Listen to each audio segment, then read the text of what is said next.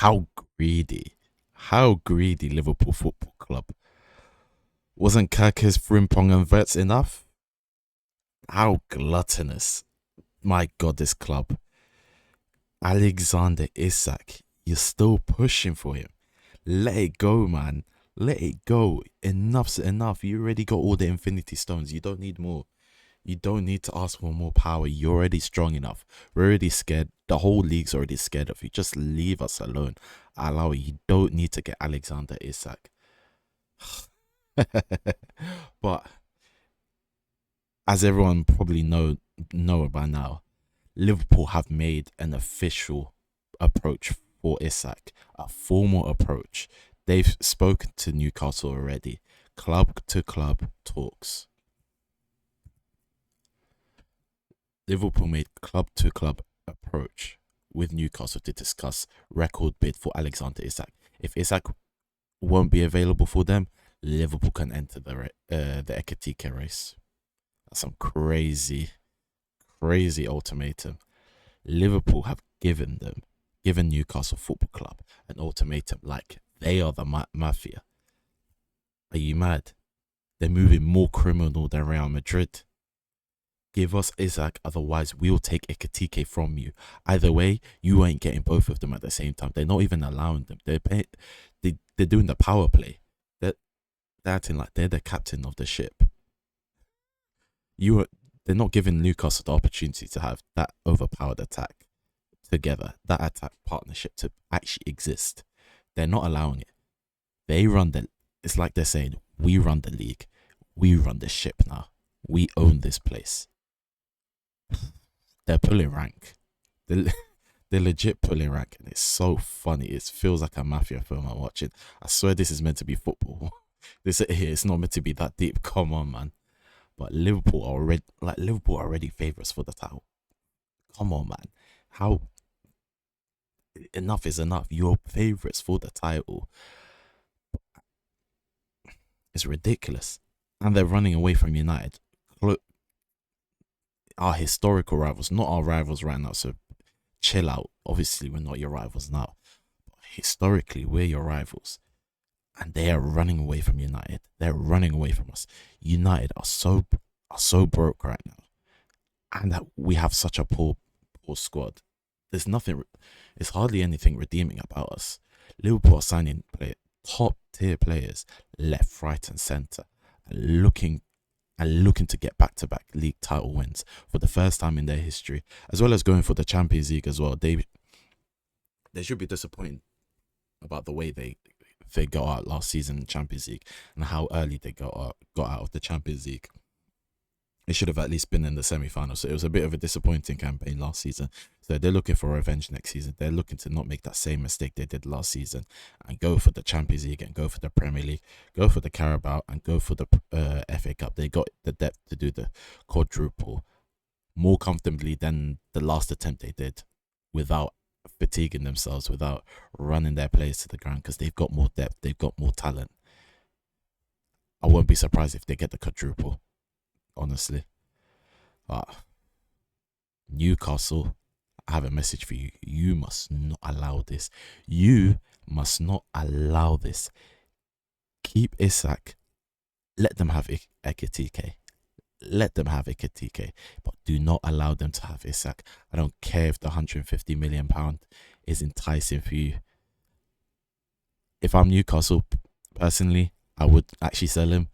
But as a rival fan, I'm begging you, please don't. Please don't. This whole situation, even the Newcastle situation being involved in this saga, it just puts Man United to shame. We're so behind. We're not involved in the fun. We're not involved in the tomfoolery that's happening up top in terms of transfers. Liverpool trying to pull rank and basically blackmail Newcastle. I wish I was in Newcastle's position, because at least we're in a position to sell a big player and buy another big player, or try and keep our big player and sign another big player on top of it. I wish I was in that position, but we're so worthless and so crap that no team's even looking at us to even blackmail us. They don't even care about us. We're bottom of the barrel team. There's no interest on our side. I wish I was involved in this drama at the top. But this is what happens when the club is ran with neglect, ran so shit. And I'm jealous, man. Jealous.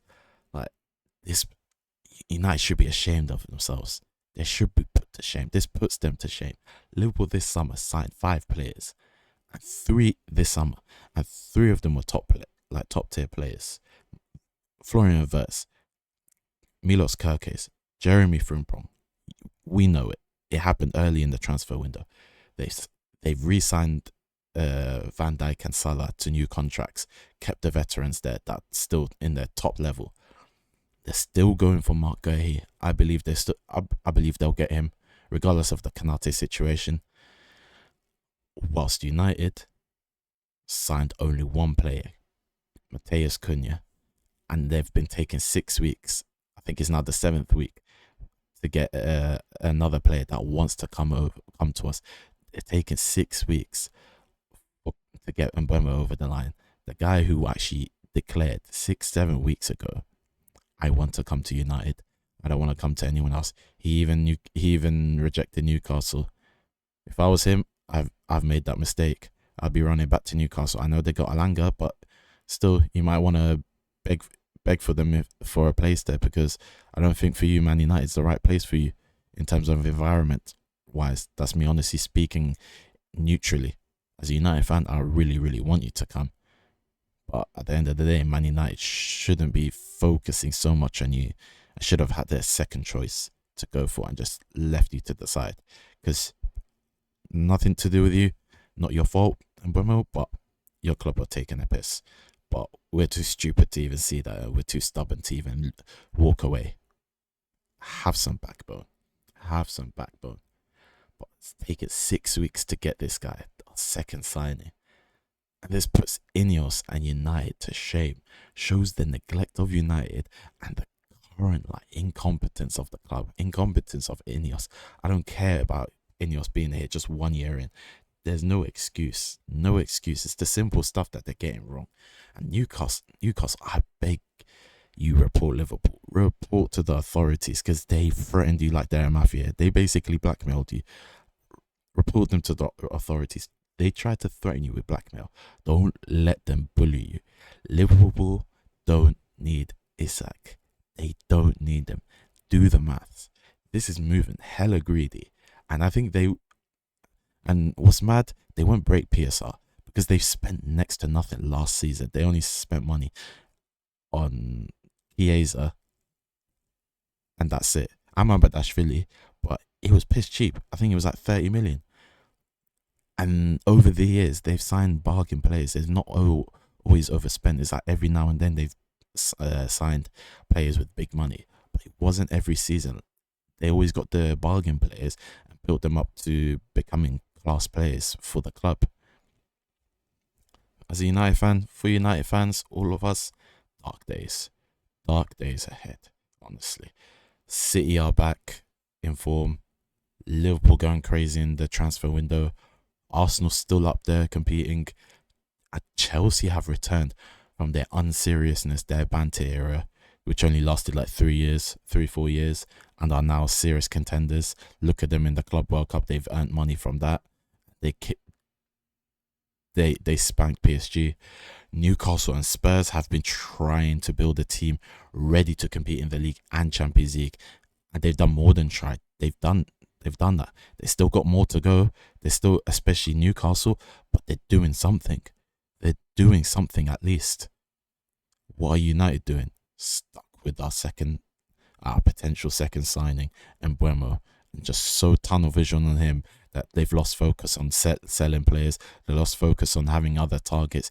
Yeah, we need to sell players to sign more players. Can't you still target? Can't you still inquire even though you haven't got the money? You can still do that stuff, still chat to people. I ain't heard a peep about any other options. Come on. The only redeeming thing about United right now is our youth, is our academy. But that's just not enough. I'm expecting a number of youth players to get their chance next season under Ruben Amorim. but it's just not enough. We can't rely on youth to save us. We can't. But it can help to an extent. Hopefully, maybe we can get that gem out, like that, like a Kobe Mainu type of gem. But we can't rely on that. That's too unreliable. Even no matter how talented they are and how much faith I have on them, I don't expect a player to come in next season, an academy player, and hit the ground running and be someone that makes the difference straight away. Maybe here and there, but I don't even want to do it to them. I want them integrated slowly, not giving them all the responsibility and all the stress and all the pressure. It's not fair, man. This is how we ruin a lot of our young players over the years. We just put so much pressure on them and not let them just slowly develop and have like just a slow gradual build over the years until they're properly ready and properly trusted. Look what happened with Hoyland's situation. Even Garnacho, he's been overexposed. He shouldn't, someone at his age shouldn't be playing as many games as he has been playing right now. I know he's got the attitude issues and he does what he'll get pissed off, but end of the day, brother, you need to hold bench at times. Someone older should be playing, someone more experienced, someone better than you should be playing, and then help you. But Man United don't do that. We play shit, we panic, we realize our signings are shit, we've hardly made any signings. Youth team, youth play, you 17-year-old, you 18-year-old, come save us, come save this sinking ship. Never works. Why we expected 17, 18-year-olds, 19-year-olds to save us all the time is ridiculous. But I'm expecting players to come in, and I'm excited for that. There's a lot of talented players. I think right now United got the best academy in England. I believe that wholeheartedly. You can laugh at that, but if you actually do your research and see it, it's sick. Some of the youth players we stole from other teams, but we've developed our own, so chill out. But I'm expecting a lot of involvement. Players like Chido Obi Martin. I'm expecting a lot of minutes, a lot more minutes than last season. Shea Lacey, Harry Amas. Shea Lacey, who, yeah, he's been injury ridden last season, but I like the way he plays. Right number 10 or a right wing back, he could play those positions, but slowly integrate him. Harry Amas, left wing back. Bendito Mantato, he's just signed a professional contract. There's plenty of others, plus maybe some others as well. There's been others that have trained under Ruben Amorim in the first team already, and Ruben Amorim has liked a lot of them, so it's looking like he's going to integrate a lot of them most of the time on the bench and get them on the bench and get them integrated into the first team. That bit I'm excited. The rest of bits about United, hell no, I ain't excited. But like I said, they can't be relied on to save us. It's just not fair on them. It's not fair. But yeah, Liverpool, stop. Please stop. This is scary hours coming from Liverpool. They're here to dominate. They're here for world domination.